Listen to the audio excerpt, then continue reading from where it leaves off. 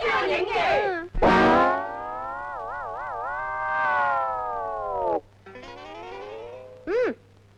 வாழும் வரை விடமாட்டேன். சட்டமா சத்தியமா? உறவு எங்கே? உரிமை எங்கே? இந்த லட்சத்து வாயாவுடைய யோ, இப்படி தாய் குலத்தை தவிக்க விட்டுட்டு உள்ள என்னையா பண்ணிக்கிட்டு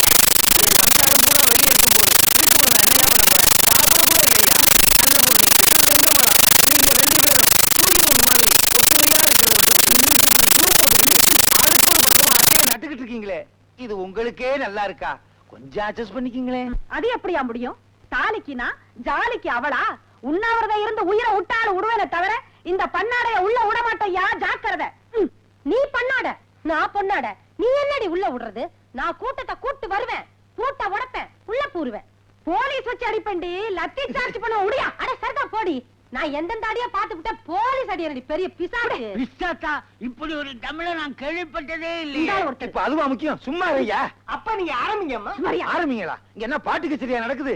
லத்தி சார்ஜா? லத்தி சார்ஜ் இரும்பு உலக்கிக்க பயப்படாதுன்னா இத்தினோண்டு தடிக்கா பயப்பட போறேன்? ஐயோ, தாலியில ஆரம்பிச்சு தடியில கொண்டாந்து நிறுத்திட்டாங்களே. அடியே, வெளிய நாரடிக்காதீங்கடி. அட்டையை புடிங்கிட்டு வீட்டுக்குள்ள வாங்க.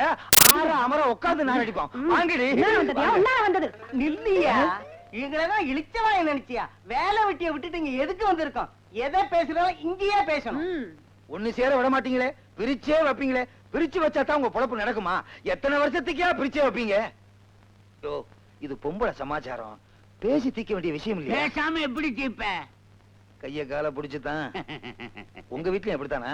பாருங்க, என்ன இப்படி எல்லாம் சமாதானப்படுத்த முடியாது. ஒண்ணு நானும் அவளான்னு நீங்களே முடிவு பண்ணுங்க. என்னடி சொன்ன? போய் அந்த பக்கம். பெரிய பத்தினி மாதிரி பேச வந்துட்டியே. உண்மையிலேயே புருஷ மேலையாடி ஆசை உனக்கு? அவர் பேர்ல இருக்கிற வீட்டு மேல ஆசைடி. அவரை எப்படியாவது மயக்கி அவர் பேர்ல இருக்கிற வீட்டை எழுதி வாங்கிக்கலாம்னு ஆசைப்படுற.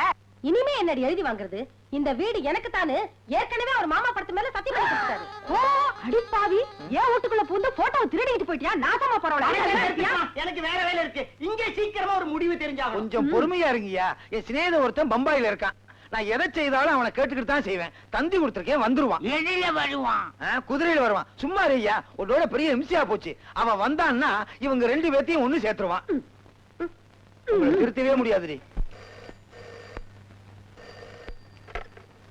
ஹலோ.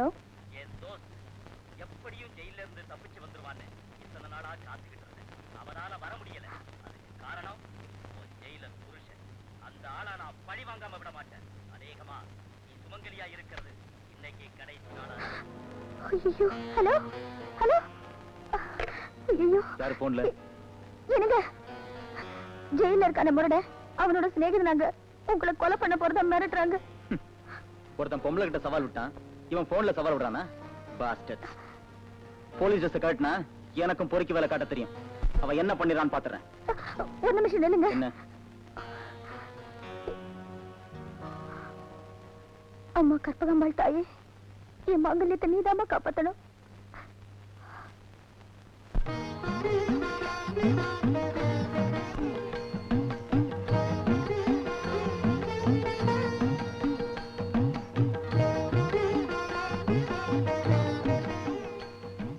இது கற்பகம்பாள் சந்நிதியில கொடுத்த பிரசாதம்.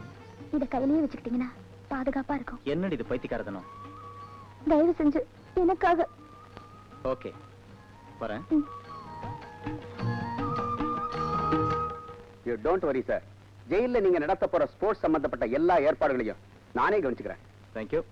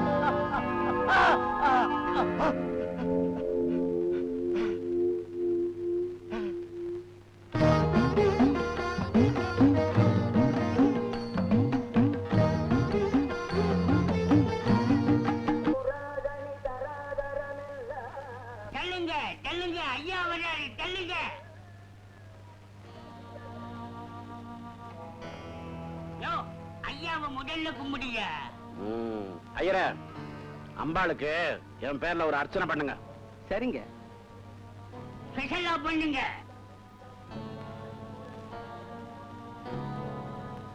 வணக்கம்மா. வணக்கம். ஐயா, நான் சொன்னனே டாக்டர் அம்மா, இவங்க தான். அம்மா, ஐயா இருக்காங்களே, மெட்ராஸ்லயே இருக்கிற பணக்காரங்கள்ல நம்பர் 1 பெரிய தொழில் அதிபர். அப்படியா? என்ன தொழில்?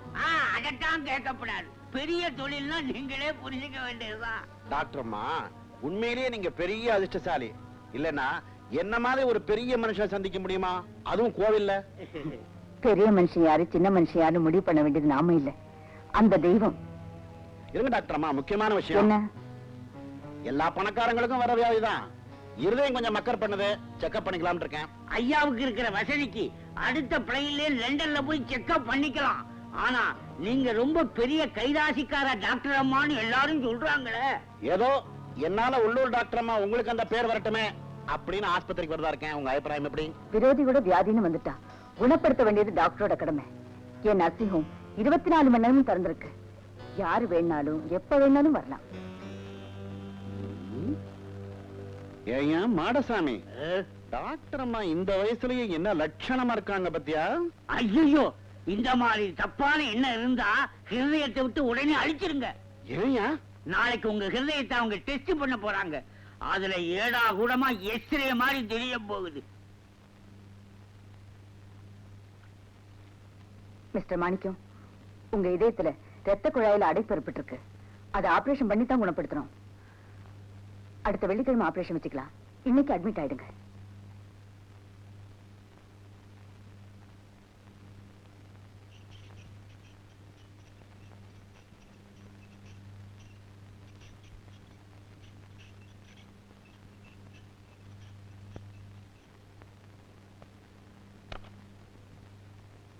எல்லாம் ரெடியா இருக்கா? Yes doctor. இதோ வந்துட்டேன்.